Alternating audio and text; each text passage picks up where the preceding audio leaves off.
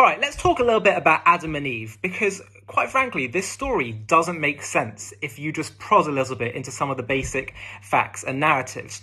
And this is strange because this is a story that 2.5 billion Christians, 1.5 billion Muslims, a couple million Jews, all consider to be the foundation of the universe, the story of creation. And it's a story that Jews around the world are about to read as we go all the way back to the beginning of the annual Torah reading cycle. And yet we're just so used to hearing it and we just accept it and that's the story. But it doesn't add up if you just think about some of the basic facets of the story. So let's quickly go through the story. Adam and Eve, placed in the Garden of Eden. God says, of all the trees in the garden, they're all kosher. Just that one tree over there, the tree of knowledge of good and evil, don't eat from it. For the day you eat from it, you will die. Okay. Eve has a chat with the snake and she's convinced she should eat from the tree. She eats from the tree. She tells Adam, come, have some of the fruit, it's delicious. Adam eats from the tree, and God comes along and he says, you ate from the tree that I told you not to eat from. Adam says, she told me to do it. And God says, right, because you did this, by the sweat of your brow, you will earn your daily bread. In other words, you're going to have to work in order to sustain yourselves and to eat. And Eve, in pain, will you birth children. And they're expelled from the Garden of Eden. Okay, now let's ask a few basic questions. Question number 1. Adam and Eve were according to the Torah commentaries, they were the greatest neshamas, the greatest souls of all time. They could see from one end of the earth to the other, so to speak. And not only that, but they were pure souls. They didn't come with any baggage of childhood traumas and difficulties. They also didn't have an evil inclination. You only get that once you eat from the tree of good and evil, right? God also spoke to them. You would expect that's going to make some kind of impression on you, right? And it was only within 1 hour that they ate from the tree. So what hope does this give us? We who don't have God speaking to us every day, who don't live in paradise in the Garden of Eden, who have to grapple with an evil inclination, and also we don't have one mitzvah to keep, or one avera to avoid, one sin to avoid. We've got 613. Do we have any hope at all? I mean, it's depressing. It's a depressing story if you think about it on face value, right? Then there's a few other things that don't add up as well. God says, don't eat from the tree, for the day you eat from it, you will die. Slightly mixed message, isn't it? He doesn't say, if you eat from it, you will die. He says, for the day that you eat from it, you will die. Almost implying like there will come a day where you'll eat from it. What else? God comes along and he says, Adam, you ate from the tree I told you not to. And Adam blames Eve. This is too much corruption too early on in human history. Again, like, what hope does this give us? You know, take responsibility, Adam. Nope, blaming her. Again, there's no childhood traumas and difficulties and all kind of sociological issues going on and anxieties and mental health. There's none of that when he's blaming her. Then we have a big question on God, actually. God says that you will die if you eat from the tree. And he says, pain in childbirth, by the sweat of your brow, you'll make your daily bread. That wasn't the deal, God. You said the day we eat from it, we will die. You never said anything about childbirth and sweat of your brow, so you're not being fair either. Aren't these all obvious questions? And yet we just sort of hear the story every year and we just accept it. And actually, if you think a little bit about it, it's depressing, so we maybe don't think about it too much. And we call it the sin of Adam and Eve. And it's just like, this is how humanity began? Really? And even if that is how humanity began, does the Torah really want to begin on such a negative note? Okay, so I'm very grateful to a few rabbis, including Rabbi Dr. Akiva Tatz, Rabbi Manis Friedman, who articulate some of the ideas within Hasidus and Kabbalah, which have actually come later in our history, but actually dig into deeper depths and understanding and nuances and sensitivities within the text to help reveal deeper truths as we come further and further, closer and closer towards the Messianic age, and get to a deeper and more real understanding of what's going on. So what do they say? How do they explain it? So let's rewind for a second. Why are we here? Why did God create the world? What's it all about? So we could, talk about this for hours, but in a nutshell, and the way of expressing it that I find most compelling is, if you think about it, God has a perfect existence before he creates the world. He's all powerful, all knowing, almighty, everything, it's all great. But what's the one thing that he doesn't have, that a perfect being can't have? It's another. It's someone else. Because if you're perfect, then there's nothing else there. But that was unacceptable to God. In fact, if you go through the Torah and every single day of creation, God says it was good. To day 2, it was good, it was good. And the first thing he says is not good. He said it's not good for man to be alone.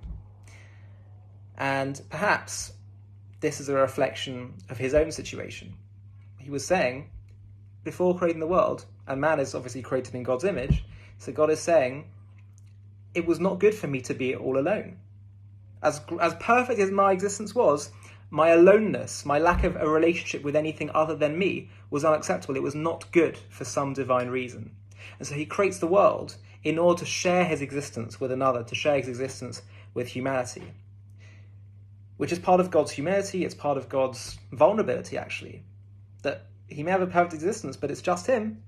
So we're here to be his other. It's not that God needs something else, he's God, but he needs someone else in his life.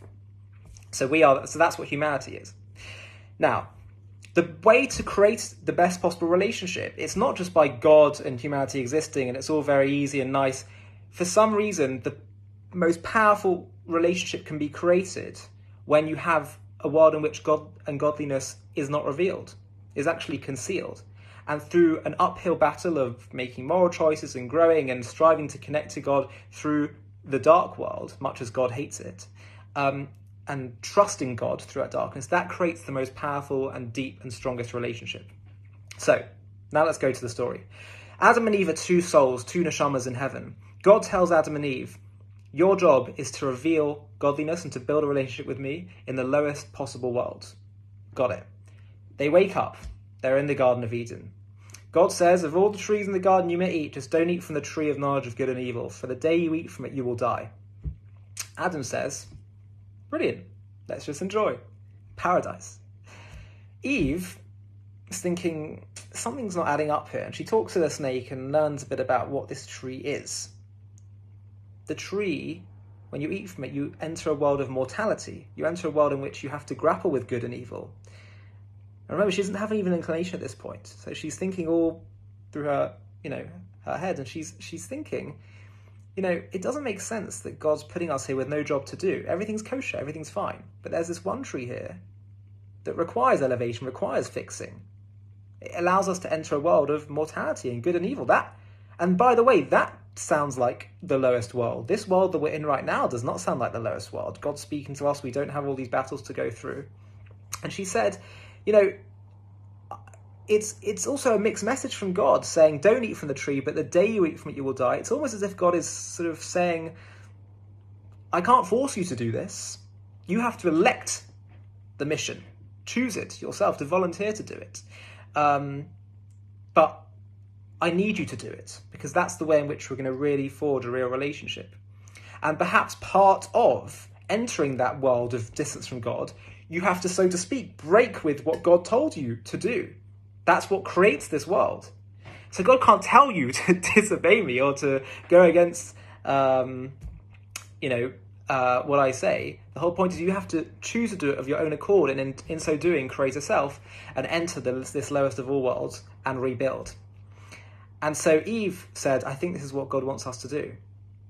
So Eve said, I think we've got to eat from the tree. Adam says, are you mad? God said, don't eat from the tree. Men are just very straightforward. And Eve said, she was touched. She saw the deeper message, the deeper, reality going on here. She says, no, I think this is what God wants from us. And so she eats from the tree and she gives it to Adam, and Adam eats from the tree. God comes along, and we assume that God, when he says, did you eat from the tree I told you not to eat from? We assume he's shouting. Where does it say he's shouting? So much of Torah is just about the tone in which you read it. Actually, God was marveling. You ate from the tree I told you not to eat from? How did you know? So Adam says, I didn't figure out that that's what you wanted. She knew. Adam was giving Eve the credit for having an understanding that he didn't have. And so God says, right, okay, now that you've agreed to do this, to enter this lowest of all worlds, let me tell you a bit about this world. It's a world of suffering. It's an uphill struggle. It's a world in which by the sweat of your brow, you'll make your daily bread, your daily sustenance. It's a world in which there's going to be pain in childbirth. It's a world of darkness, of mortality. God wasn't giving them like an extra clause in the deal. He was saying, let me tell you a bit about this world that you're choosing to enter.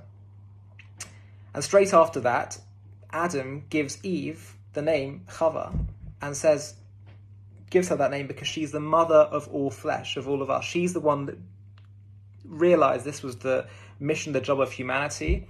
And so it's an honorary title. Eve is actually the hero of the story, not the the foolish one that was tempted to sin. Far from it. Eve realized that we had a job to do, but we had to choose to build this world of godliness in the lowest of all worlds, to create this perfect world.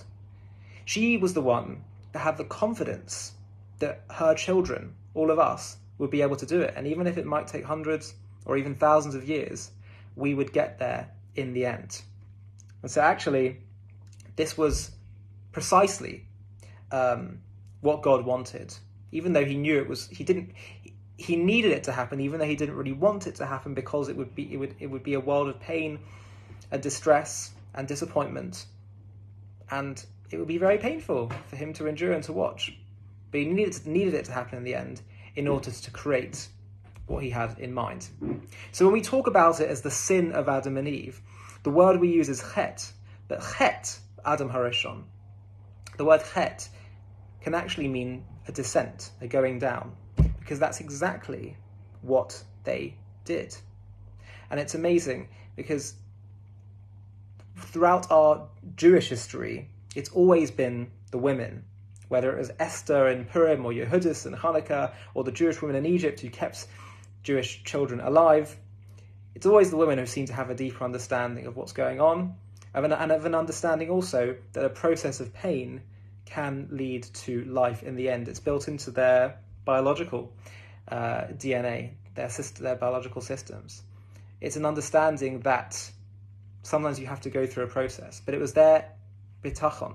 It was Eve's conviction, Eve's confidence in all of us, that even if it might take thousands of years, we would get there in the end. So that's how the story of creation, of humanity, begins. It's not a story of shame or disappointment. It's a story of two people, our ancestors, our mother and father, who chose to elect us on a mission for which we've come so far, and for which we still have the final part of the job, piece of the puzzle to put in. Chag Sameach, and may you have a good year.